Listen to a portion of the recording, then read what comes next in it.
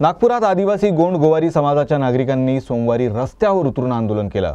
गोवारी बांधवांनी आपल्या विविध मागण्यांसाठी अनेक चौकात रास्ता रोको केला, त्यामुळे शहरातील वाहतूक अनेक तास पुरती विस्कळीत झाली होती। आदिवासी गोंड गोवारी समाजाच्या अनेक मागण्यांसाठी गेल्या 11 दिवसांपासून समाजातील 3 तरुण नागपुरातील संविधान चौकात उपोषणाला बसले आहेत। या उपोषणाची सरकारने कोणतीही दखल घेतली नाही।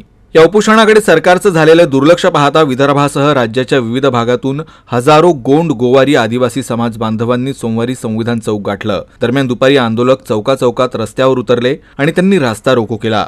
संविधान चौक ते झाशी राणी चौकापर्यंत आंदोलक जमा झाले होते। पोलिसांनी खबरदारी म्हणून आदिवासी गोवारी उड्डाणपूलही बंद केला, त्यामुळे आधीच रहदारीच्या या भागात वाहतूक कोंडी झाली होती आणि रस्त्यांवर वाहनांच्या लांबच लांब रांगा लागल्या होत्या।